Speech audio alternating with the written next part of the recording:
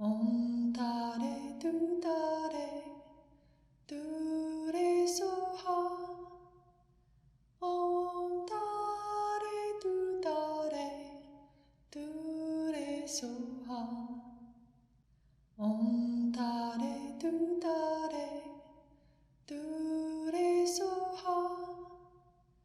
Om Tare Tu Tare. We're all set. All right. Happy Wednesday to all of you. It's such a gift to be able to be with all of you once again. We didn't die last night. That's a good start. So we have another opportunity to extract some preciousness of this life. So we are entering into the section on the text introducing mind training. His Holiness is really going to share a bit of his own experience here. His Holiness, this is one of his primary practices. And so without me introducing it much, we'll pop open that text. Lojong is the Tibetan word for mind training. And this little section here is going to just be a prelude to the 8 verses of thought transformation. So pretty sweet that he'll be able to bring those into the text as well. So let's just dive right in here. One of the practices I cherish and enjoy the most is mind training. Many texts have been written on this, and I myself often teach them. Mind training presents techniques for transforming adverse circumstances into the path. From a Buddhist perspective, all the misfortune we experience can be traced back to our own destructive actions, negative karma, which were motivated by our self-centered thought and self-grasping ignorance. The self-centered thought believes that our own happiness, including our own liberation, is more important than that of others, and self-grasping ignorance misapprehends the actual way all people and phenomena exist. So he's just going right to the main point here, which can be a tough pill to swallow. Okay, I'm the cause of my suffering, but this is a very direct approach, and there's a context for it. The understanding that things that happen to us, for example, car accident, we get mugged, some horrible traumatic event happens to us. It's not like we created all the karma for that to happen. There's the karma of the people doing, the harm. There's the, if we're getting into an accident, there's the karma of the people who built the cars. There's the karma of the streets and of the street signs and of the, organization in terms of, government, whether or not they should put a street sign there or so forth. So there's a very big collective layer of karma taking place as well.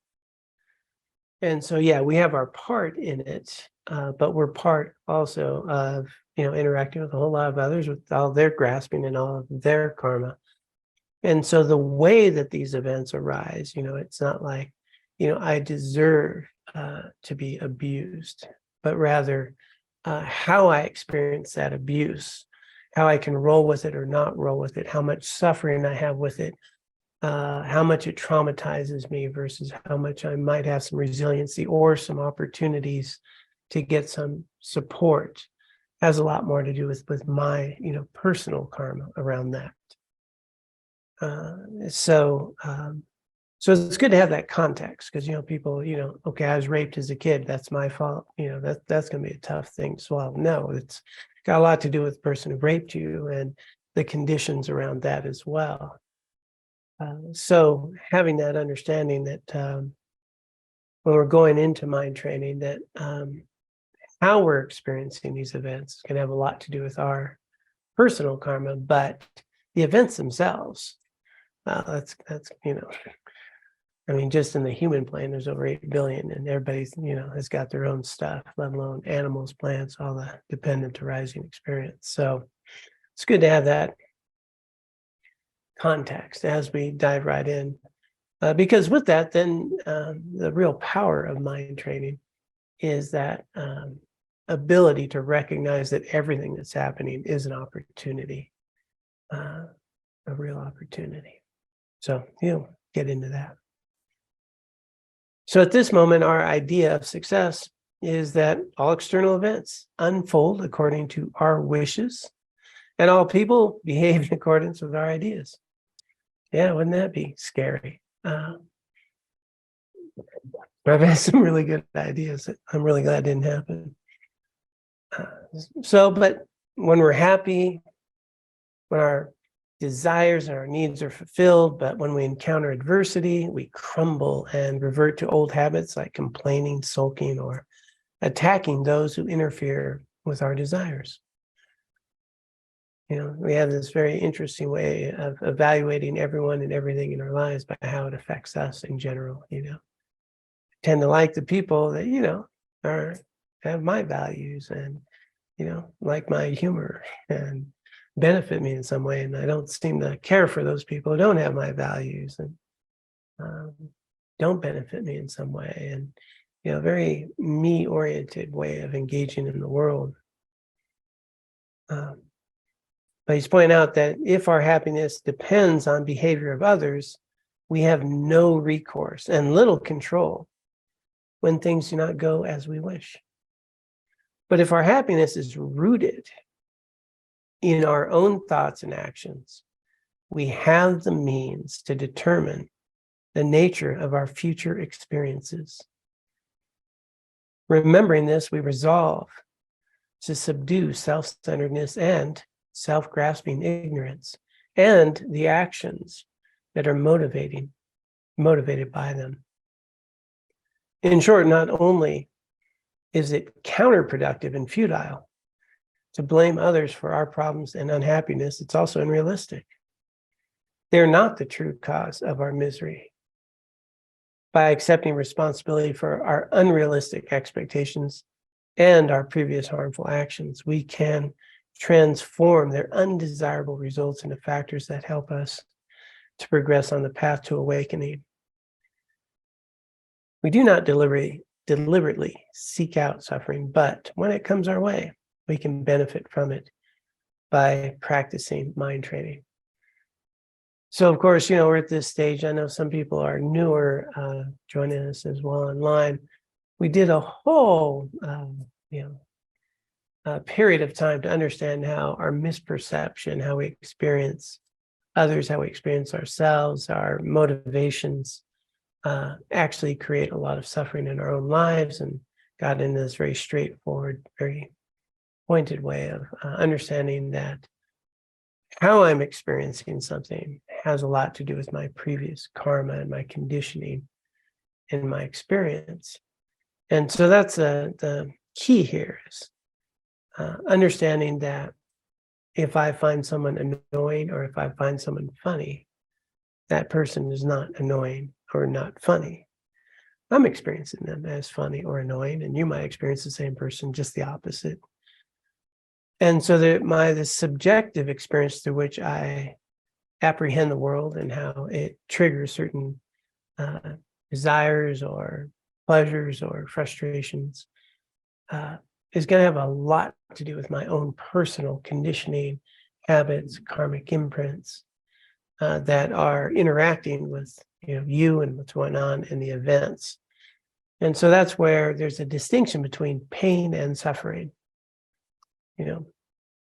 Somebody's going to hit me with a baseball bat, pretty sure it's going to hurt. But around how I experience that pain, how I relate to it, that's going to have a lot more to do with my own karmic conditioning. So understanding this is the context here, that if I can recognize that how I'm experiencing this, is coming from my previous conditioning and my imprints, the kleshas, the afflictions, that this is the result of that. What he's saying here now is how empowering that is. I'm creating my future now. How I respond to what's happening is creating my future. So, it sucks that this happened, but guess what? That karma is gone. And now I'm cultivating new karma. So a really empowering tool here with mind training.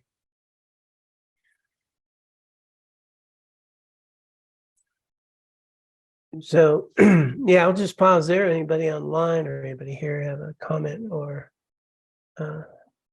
something you'd like to share? Give me a time to get something to drink.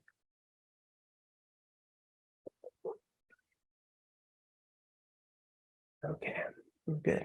It seems like Oh. all Buddhist training is mind training. So why is there this distinction with this particular type of training? I'm sorry, I had my speaker way down. Try that again. It's Carla, right? Yeah, it seems like all Buddhist training is mind training. So I'm just wondering why there's a separate distinction with this particular type of training. Yeah, good point. The genre of teachings of mind training is very specific to how we, using a conventional mind even, work very directly to cut through the self-grasping and to approach what's happening in a way that transforms adversity into the path. I mean, that's ultimately what it does. Now, technically, you could say everything's mind training in a sense, but meditation isn't the same type of approach. I can meditate and have better attention, but it's not preparing me to alter radically the way I'm attending to myself and my experience with others, and fiercely taking adversity as an opportunity. So it's a genre of teachings that have these very specific methods of going right after the core root of a self-cherishing attitude, as opposed to, let's say, another mind training that is just more understanding emptiness, the dependent origination, which is also training our minds and getting into our consciousness, but not in the same sort of very direct application of how we face adversity in our human condition. And these go right for that. That make a little sense? Yeah, a little bit. It sounds like it's just the more maybe more of a direct application versus sort of well, I said, even when our human condition or human Yeah, and it is more specific to really coming from a point of, I use the word fiercely, because mind training is like that. It's just that everything that is happening to me is an opportunity. Everything that's happening, is the ground of becoming in the sense of my path. And as opposed to, we train our mind, we do meditations, we, contemplate, we go through analytical meditations on the path of awakening. But this one really holds this idea of blame all things on the one, which is me, right? My conditioning. And that as adversity comes, it's actually something that is to be embraced. And so not all trainings are going to give you that type of an attitude to, embrace the struggles and adversities that come. So in these, it's just a sort of genre of teachings that will have that attitude. We might have other mind training that's about loving kindness and about compassion, but they're not going to have they're going to have those techniques. And this is going to be a different type of training the mind in this way. But technically, they're all mind training. And, it's also another point to add, it's being translated as mind training here. Another way to translate is attitude training. And, the Tibetan word doesn't directly go as mind training, but it's usually what's translated. But attitude training is also a good way of translating lojong. So maybe that would be more helpful. Yeah, that makes more sense. I knew if I talk long enough, we get there. Appreciate you, Carla. I'm learning all the time. Yeah, let's go with attitude training. One of Alan Wallace's books is called Buddhism with an Attitude, and it's about the 7-point mind training. Okay.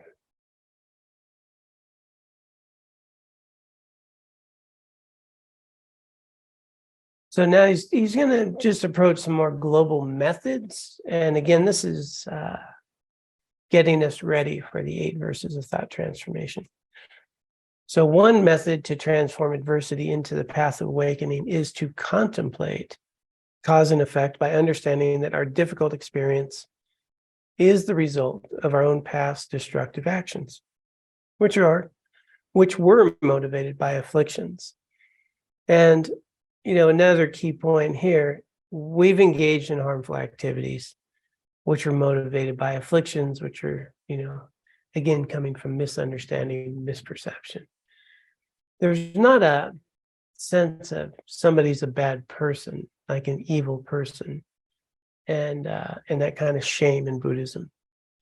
It's a clear understanding that people have different degrees of confusion, different afflictions, and but underneath it, we all have Buddha nature.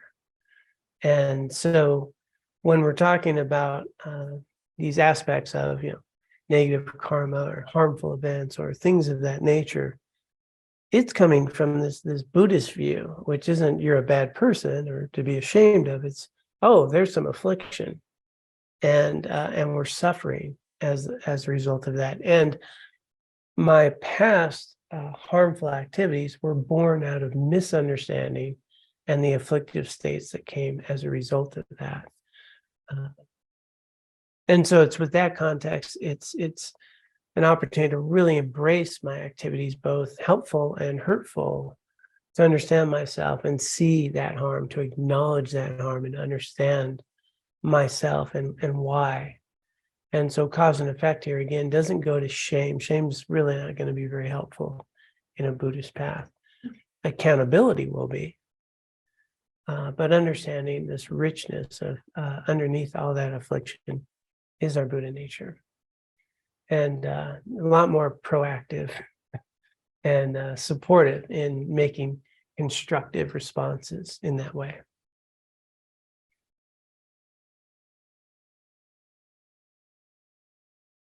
So yeah, which were motivated by afflictions. In this meditative technique, we reflect that the karmic seeds created by those actions could have ripened as horrible suffering in an unfortunate rebirth. But now they're ripening as a suffering that we can actually manage, which that brings a sense of relief. This is nothing compared to what could have been. Then we understand that if we don't like the suffering, we must stop creating the causes for it. So another point there is going back to karma and the laws of karma and the way it comes. And again, looking at karma and how it shows up, it's not good, bad. It's just the nature of how things happen. One of the laws is that as karma takes longer and longer to ripen, a harmful seed that could ripen over time gets worse. And so if I'm having some difficulty or suffering right now, and he's making a point, it's ripening now, I can deal with this. Awesome. And it is gone. Unless Johnny decides to whine about it, complain about it, react to it, do something harmful with it.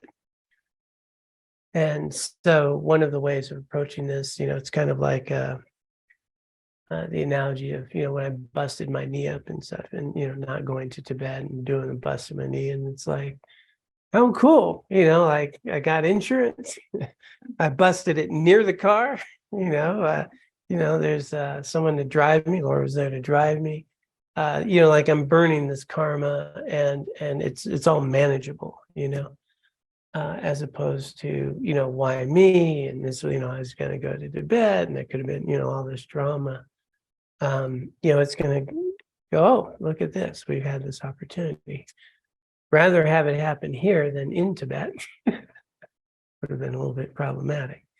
And so with that understanding that as things are happening now, there are opportunities to purify, and that karma is it's ripened.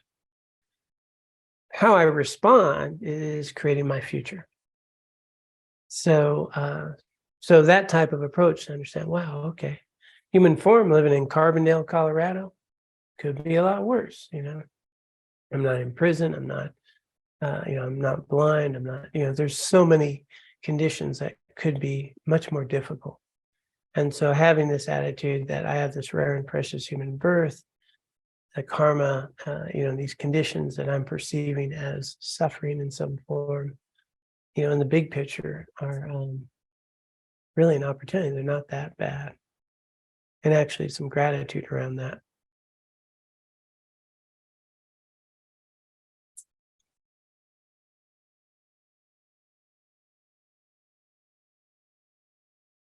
And then if we don't want this again, rather than complain about it, we just stop creating the causes. In other words, we engage in virtuous activities and avoid non-virtuous. So those of you doing the regular practice in the morning, we always list those top 10 non-virtues and the top 10 virtuous actions.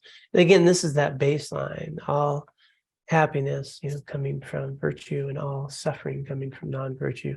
So a real right basic, here's how we cultivate the cause of actual happiness and avoid the causes of suffering. We renew our determination to live ethically and abandon harmful actions. So again, 10 virtues, avoid the 10 non-virtues. Because we know that harming others also brings suffering upon ourselves, not just them. Sounds kind of like self-centered, doesn't it? His Holiness will call it wisely selfish.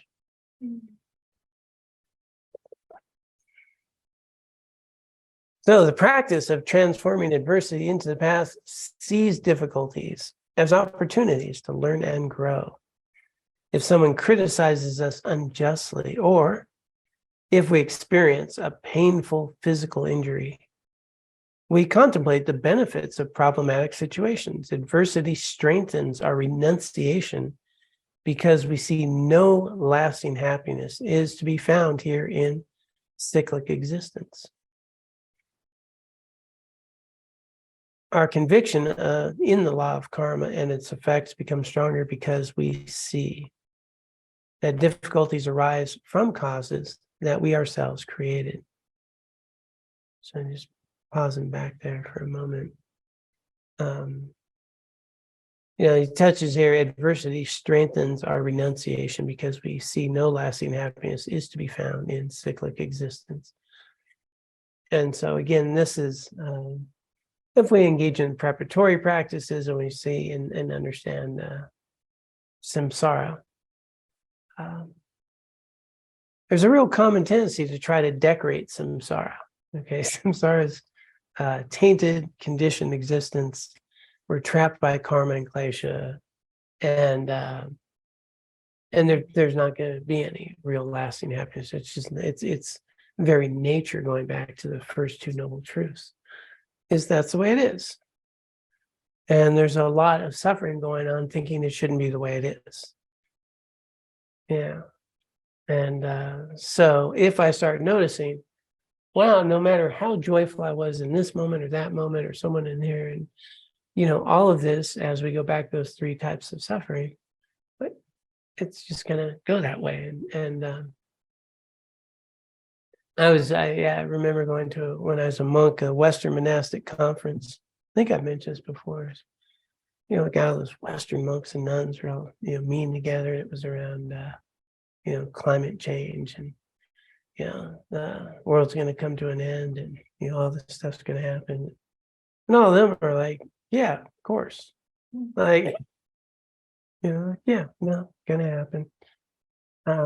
This is samsara, and it was such an interesting approach. Their discussion was around how proactive to be while we do have human precious life, while we do have opportunities to create conditions for Dharma and for things to remain for people. But their approach was, a very different one, that is understand this is samsara. This is not the place, that's going to have all this well-being. Its very nature is going to have struggle and suffering and change and death and illness and, greed and hatred. Its very nature is that. So His Holiness is pointing out, well, the more you can see that, the more we can stop grasping to the idea that I can make it, this wonderful thing, and have a renunciation to that thought process. It's not a renunciation to the life we're having. It's not a renunciation to, having a 1,000 count spreadsheet. What was that? You get like a bunch of thread count on a sheet. High number makes it smoother, right? You can tell I'm all into that. In other words, it's not renouncing, something pleasurable or wonderful or in relation. It's renouncing that delusional thinking that I'm going to find this lasting happiness in this samsara place.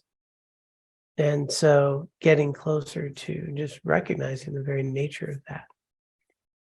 And then people just sit there and go, wow, if I think about it, I'm going to be sad all the time. And that's not, as a matter of fact, the more that I understand that, the more joy we can take in how we overcome these things, how we engage with each other, how much loving kindness there is in all of this adversity, and a lot less of that pain. Yeah. Tetsuma Tenzin Palmo. We're going to be doing the 6 perfections at our retreat. We'll start tomorrow. She thinks there should be a 7th one, and that's humor. Perfection and humor. Because that's going to get us somewhere in this path.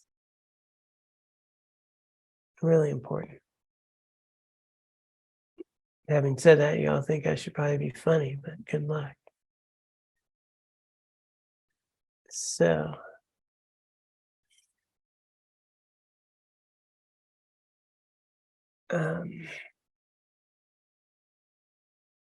when we renew our determination to live ethically and abandon harmful action, okay, that's what I just read. The practice of transforming adversity into the path sees difficulties as opportunities to learn and grow. Someone criticized, okay, I read all that. We're not leaving. Oh, you know what? I clicked back a page to go back. Now I'm here. Our compassion increases because we can empathize with the suffering of others. So we see our own sort of confusion, the way we will often not be the kind of partner we want to be in a relationship, the kind of parent or brother or sister we want to be, the friend we want to be, the struggles that happen. And then we'll have more compassion because we can empathize with the suffering of others who are going through the same types of behaviors and activities.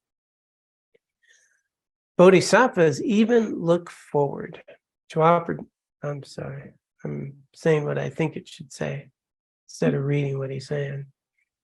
His Holiness is a lot sharper than I am, so let me get back to that.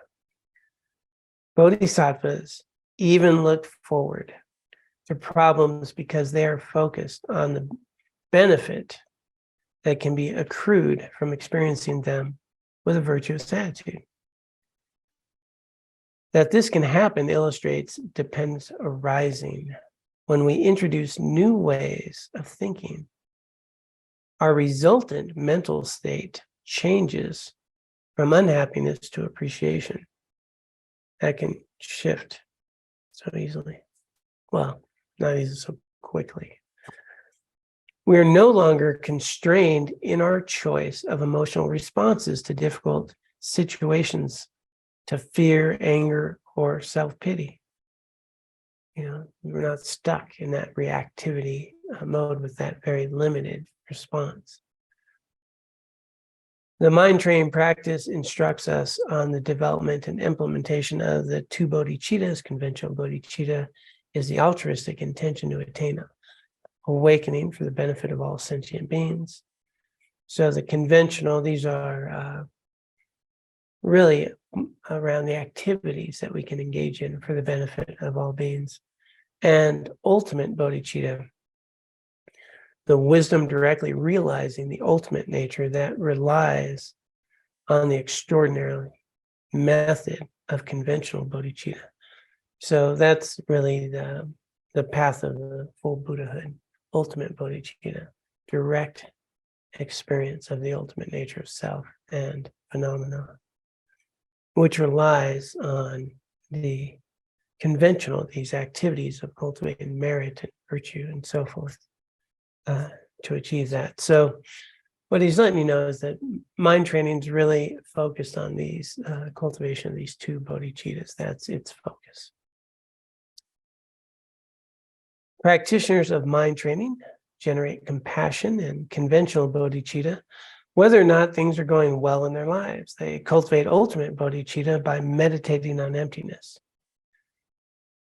When doing so, in addition to using reason, they emphasize the practice of seeing all phenomena as like illusions, as a way to approach the correct view of emptiness and to deal effectively with adversities. So this is going to be one of the main points, some point mind train, is to see the world as dreamlike, as illusory. And let's just finish the paragraph there. When we see a difficult situation as illusory and remember it is only an appearance to the mind, not an inherently existent problem, then our mind's more relaxed. Recalling impermanence also eases the mind. When we remember that everything is in a state of constant flux, we see that even our painful feeling is changing in every moment and will not endure forever. So that's one of the first training. So in the 7-point mind training, the second point is to train in the two bodhicittas. And one of the first things that are taught in ultimate bodhicitta is to see everything as dream-like, illusory. And that doesn't mean it doesn't exist. It doesn't mean somebody hitting you with a baseball bat's not going to hurt. It means how I'm seeing it is not how it actually exists. And like dreams, when we're in the dream, we're pretty much in the dream. Wake up, dream's gone. But that dream still had a lot of impact. My body's affected, my breathing's affected, my mental state's affected. But if I can recognize that how I'm perceiving the world is always subjective, it's not how, there's no objective thing out there that you and I are all experiencing the same way.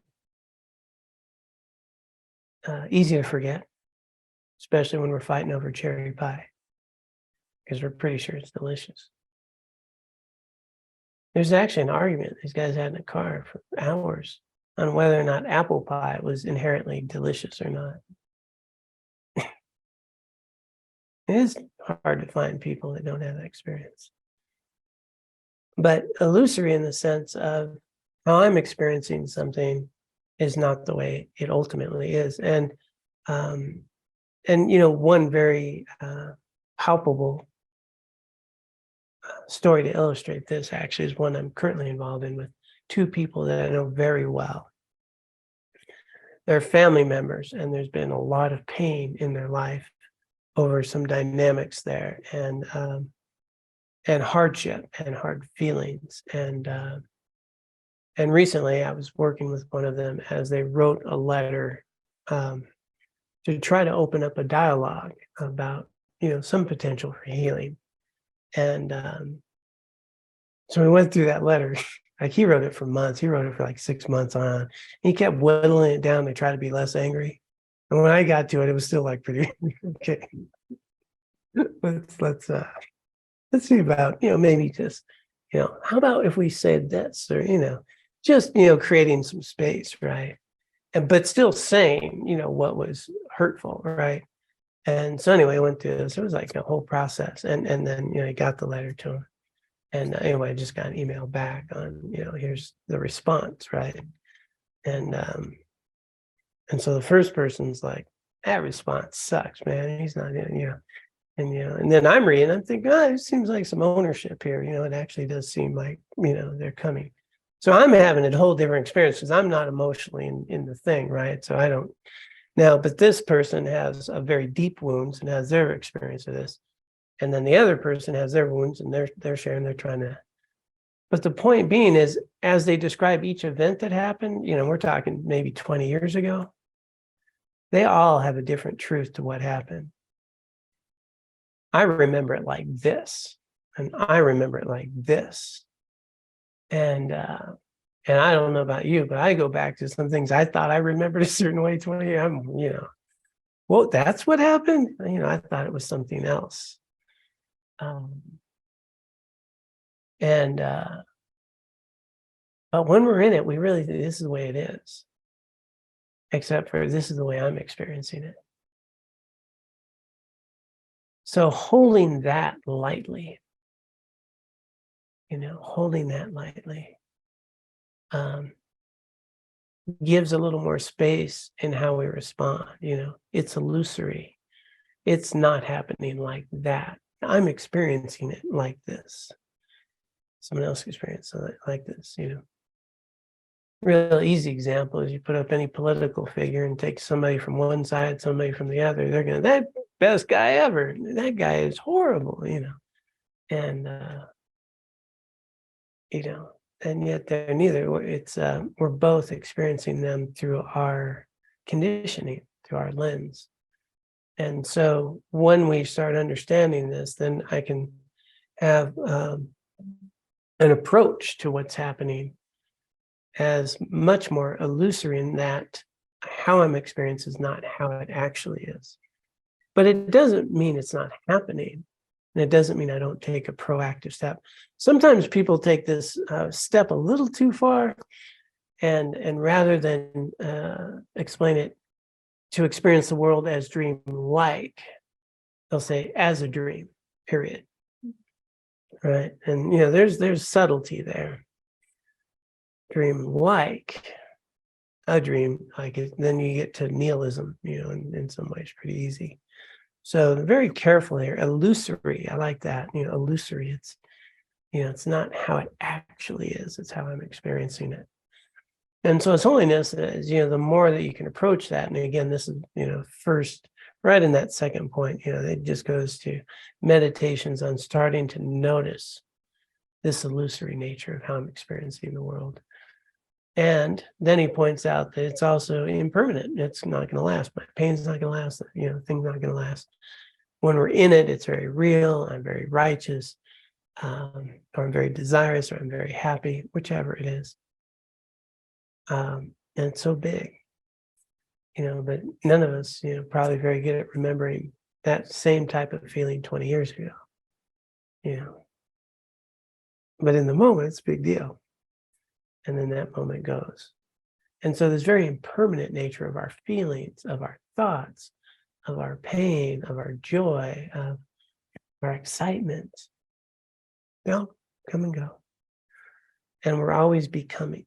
We're in this constant state of flux, is what His Holiness is pointing out. And the wonderful aspect of that is I'm never stuck. I'm always becoming, never stuck. And how this situation is how I'm experiencing it, and it's going to change. Maybe in a way I like, maybe not. So a lot more spaciousness, a lot less grasping and reification. That person's a jerk.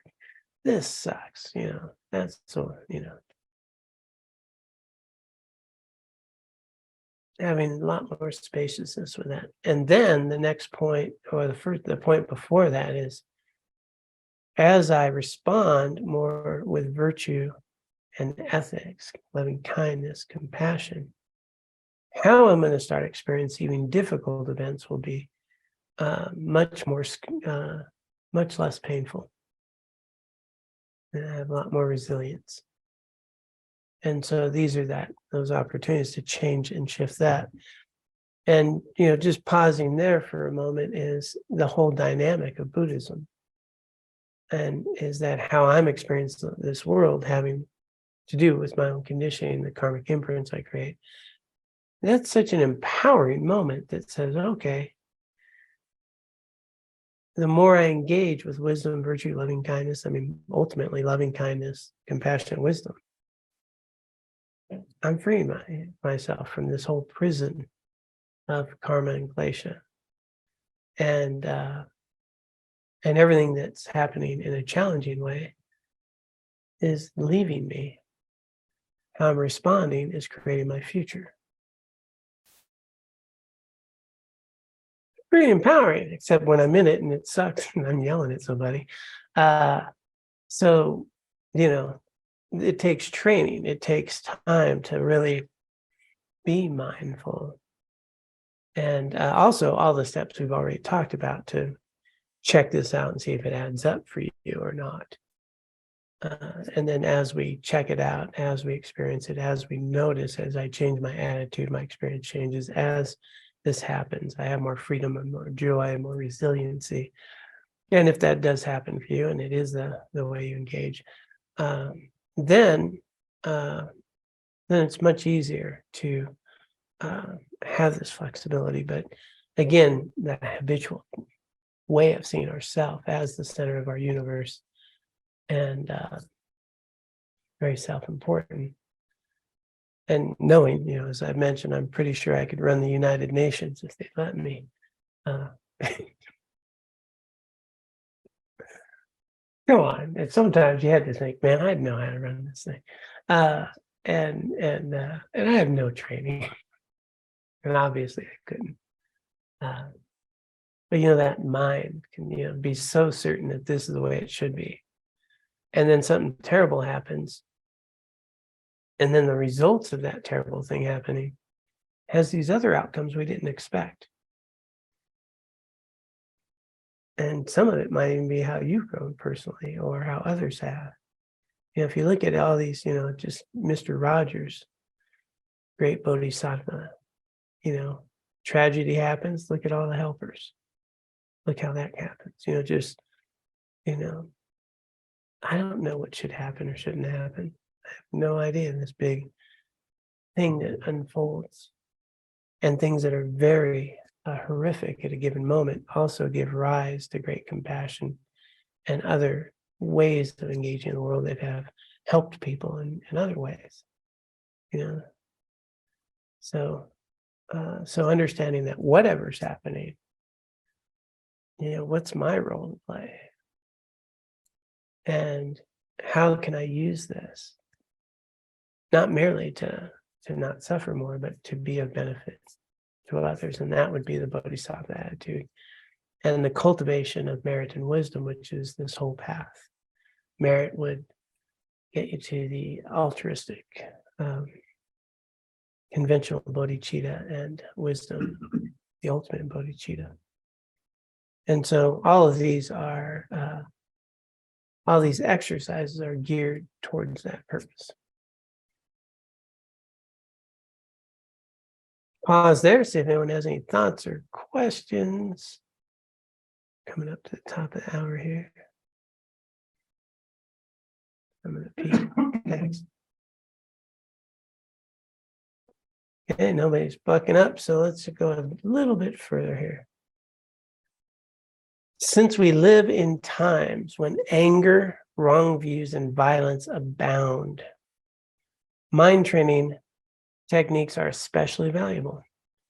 Sometimes we have difficulties procuring material requisites for life, food, shelter, clothing, and medicine.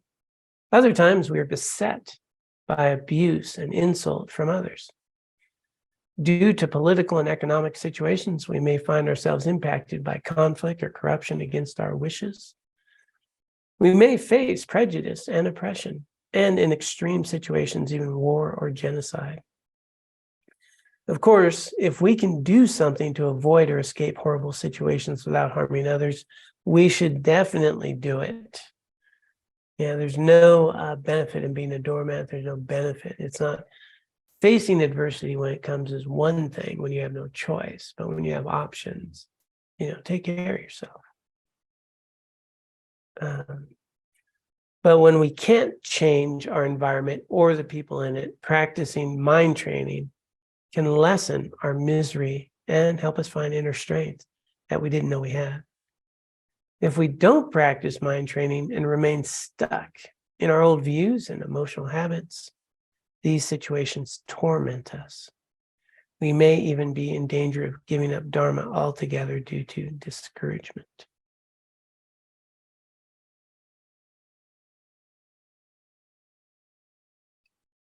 Let's just go a bit further.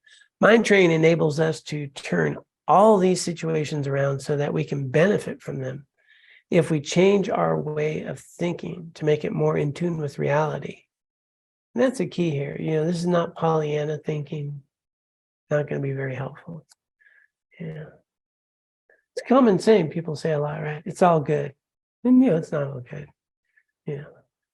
But it is all an opportunity to bring some good to this situation. And everything about Buddhism is about reality. So magical thinking, Pollyanna attitudes, not going to get you very far. It's what's true, and challenge, question, investigate, look. And the main principle is the more I can live in reality, the less suffering I'm going to have. That suffering's always going to arise from the misunderstanding of my experience. Most of our mental unhappiness will be dispelled. And that's what he's saying. Fear comes from the self-centered attitude that fabricates 1,000 worst-case scenarios. Recognizing the scenarios are fictions of our own mind and are highly unlikely to happen alleviates stress. Even if those scenarios do occur, we'll have inner strength to deal with them and know that resources also exist in the community to help us. Of course, if we take sensible precautions to avert harm or disaster, that's wise. But being crippled by unrealistic fears does not help us prepare for the future. And so the distinction he's making there is the difference between worry and problem solving. Worrying is that rumination about something that may or may not happen that you don't have any control over. Problem solving is, okay, here's the steps I can take.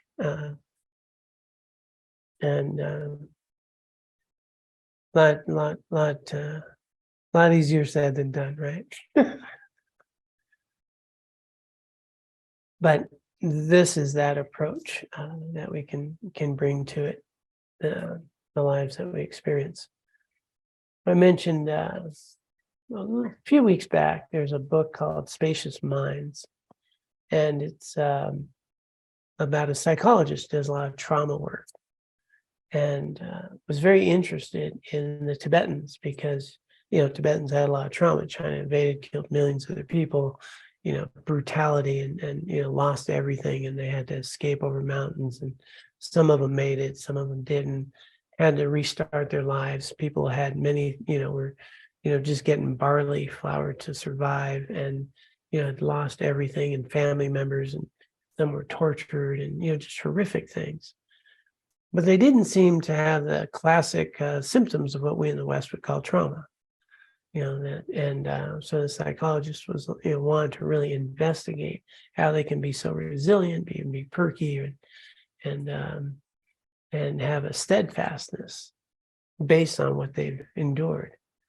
And this book goes on to really point out mind training, and a very different view that the majority of Tibetans, of course, not all, had. So, Jetsuma Tenzin Palmo talks all the time about these incredible Tibetans that came out that she had met, especially high practitioners that she had met, who just have a light in their eye, that have such joy. And some of them had been tortured and imprisoned, and she says, their minds are bright, their hearts, are lit up, and they've endured things I could never imagine. And she attributes it to Lojong mind training. Alan Wallace, who in his 7-point mind training, where I think it's that the first transmission he got was from someone who had lost everything, including family members, and he had really thought that that it was the best thing that ever happened for him in terms of his practice. That before he practiced, compassion and all that on a sort of intellectual level, but now he had this whole other level of direct experience that he wouldn't have had otherwise. And it's pretty shocking to hear people talk at that level who endured so much. This shows you. I'll show you where I'm at with that level. I'm walking upstairs at 4 a.m. and do my practice, thinking, "Oh my God, I have to go upstairs and do practice." And I will actually, as I walk upstairs, sometimes think, "Man, my teacher walked over the Himalayan mountains. Okay, you can make it upstairs in your heated house, but things that are so trivial sometimes in our lives can seem like something to endure, and I like to bring to mind, the strength of others, what people have gone through, so I could have a life, and that helps me. That gives me a lot more ability. I'm not struggling like that, and yet my mind can say that, like, that's a big deal to have to, whatever it is I might be struggling with. But this type of understanding, that my struggle is got very little to do with what's happening. It has much more to do with my resistance to what's happening. I find very few things in my life are actually difficult. The majority of them is I don't want to do them, or I think it should be different. There is where the struggle is. And so His Holiness is pointing out, wow, what if we knew that, it's not the circumstance, it's how I'm relating to it. Is it really that hard? Or is it hard because you don't want to do it, or you think it should be different? I have found often in my case, it's me.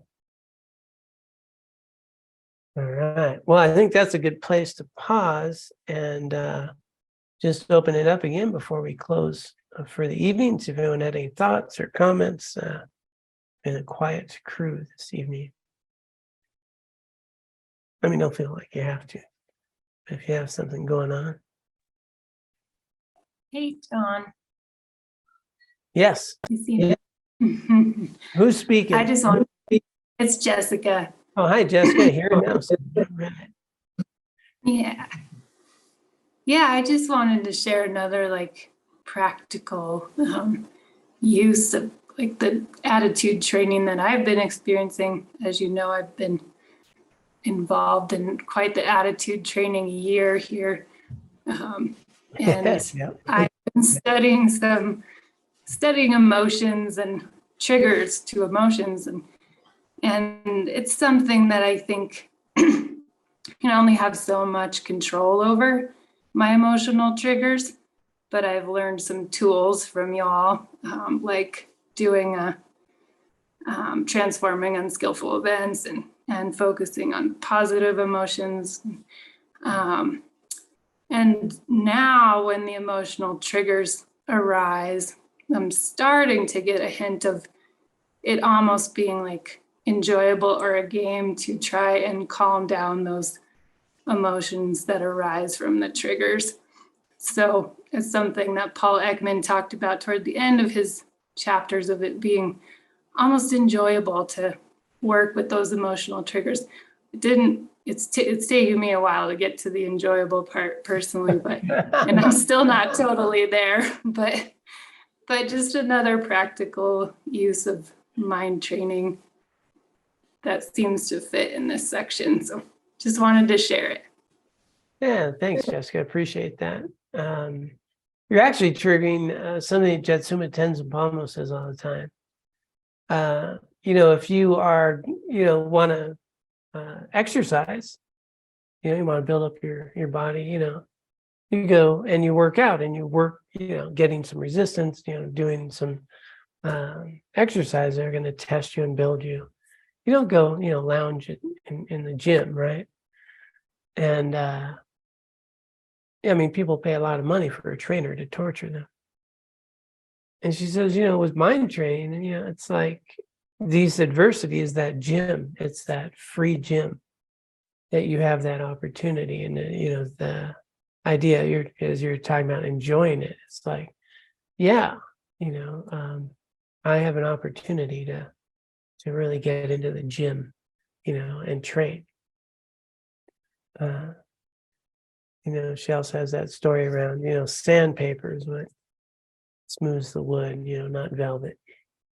And, without these opportunities, we're really not going to develop.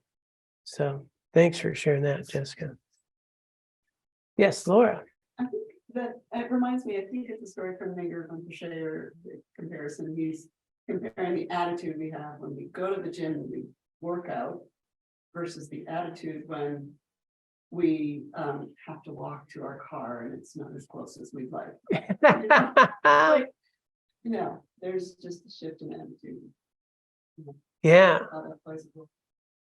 Yeah, so all of you online, if you didn't hear that, Laura's sharing it. Mingyur Rinpoche's kind of an idea about our attitude when we go to the gym versus our attitude when we have to walk to our car in a great distance. Or I think of even, if you have to help someone move or lift some boxes, and that's a lot of work. Going to the gym, I'm up to that. It's that kind of attitude. Yeah. Some jobs have a free fitness program. Don't write into them. They should probably advertise it that way. Yeah, our job comes with a free, exercise program. We'll be loading these airplanes with all this luggage. Yeah. All right. Well, let's go ahead and dedicate the merit that we have cultivated for our time together. It's been a joy to be with you. I'll pop it up on the screen here. I can get my mouse over there. So again, just taking a moment to recognize that we've had this wondrous opportunity to engage with the teachings of His Holiness the 14th Dalai Lama and Bhikshuni Tubden children. These precious teachings that have been cultivated throughout the centuries and have ripened with this effort to bring it to a Western mind. And all of us have been supporting each other in this effort to cultivate our hearts and minds in the most meaningful way so we can be of benefit to others and apply these teachings in our lives in ways that are meaningful. In doing so, a great deal of merit has been created, and we have an opportunity to dedicate this merit for our own continued spiritual growth and for the benefit of others. So those who care to join me will engage in this very brief dedication of merit prayer. By this merit, may I soon attain the enlightened state of Guru Buddha, and I may be able to liberate all sentient beings from their sufferings. May the precious Bodhi mind not yet born arise and grow. May that born have no decline, but increase forevermore. And do appreciate all of your kindness and the goodness you bring to the world. Please be well, take good care of yourselves, and good care of those around you.